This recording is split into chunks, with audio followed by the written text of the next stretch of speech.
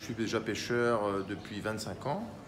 25 ans, je suis encore jeune, j'ai démarré très tôt à la pêche et c'est un métier qui me passionne. La pêche artisanale, c'est quelque chose de durable.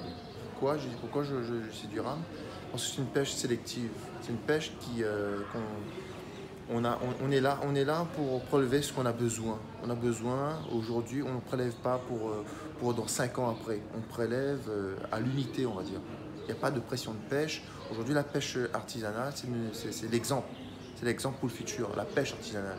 C'est un métier que ça doit couler dans les veines. Ça doit couler dans les veines, ce métier-là. On ne peut pas dire qu'on veut faire la pêche, on arrive comme ça, on sort de banquier, devenir comme ça.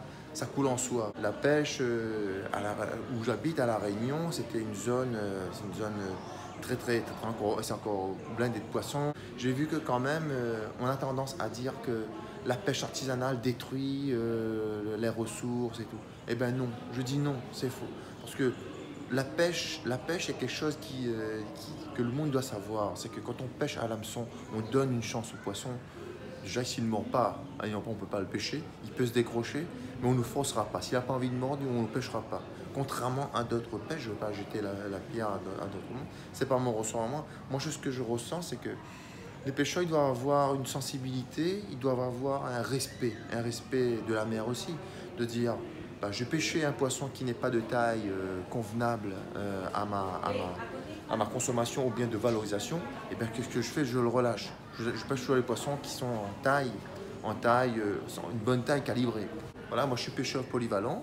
Je suis pêcheur polyvalent, je pêche du thon des périodes je vais dire, fin d'été, début hiver. Avant l'hiver, je pêche le poisson d'immersion, le poisson de fond, et c'est la bonne période pour pêcher. En hiver pur, il y a des mauvais temps, on pêche quand même de la dorade, on pêche du thon aussi, mais plus la dorade. Et arrivé en période de pic, mois d'octobre, c'est l'été quand ça revient, on pêche les grands pélagiques. On pêche les grands pélagiques, c'est le marlin, le voilier, le thon banane, l'albacore, etc. Ce que je dis, c'est la seule ressource de ce que je peux avoir, c'est ça.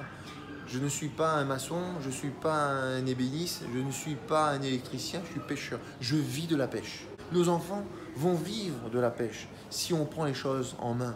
Ce que je dis à chaque fois, c'est que c'est quelque chose de très très fort. Je dois rendre à la mer ce que j'ai pris.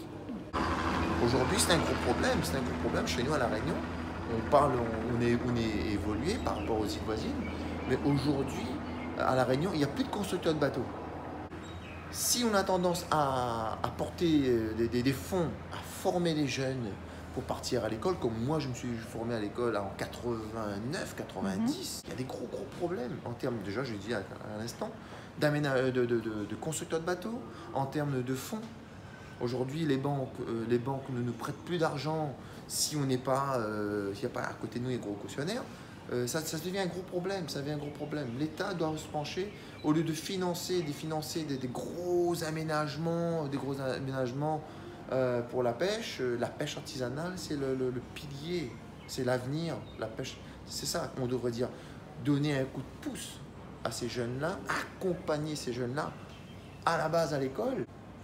Les jeunes sont plus motivés, il n'y a plus de bateaux, il n'y a plus de subventions, les écoles deviennent très chères, c'est devenu privé les écoles, Voilà pourquoi aujourd'hui les jeunes, on ne peut pas dire aujourd'hui que c'est un problème de ressources, c'est un problème bien beaucoup plus au-delà de la ressource. C'est un problème de ressources, c'est au-delà de ce qu'on peut faire après.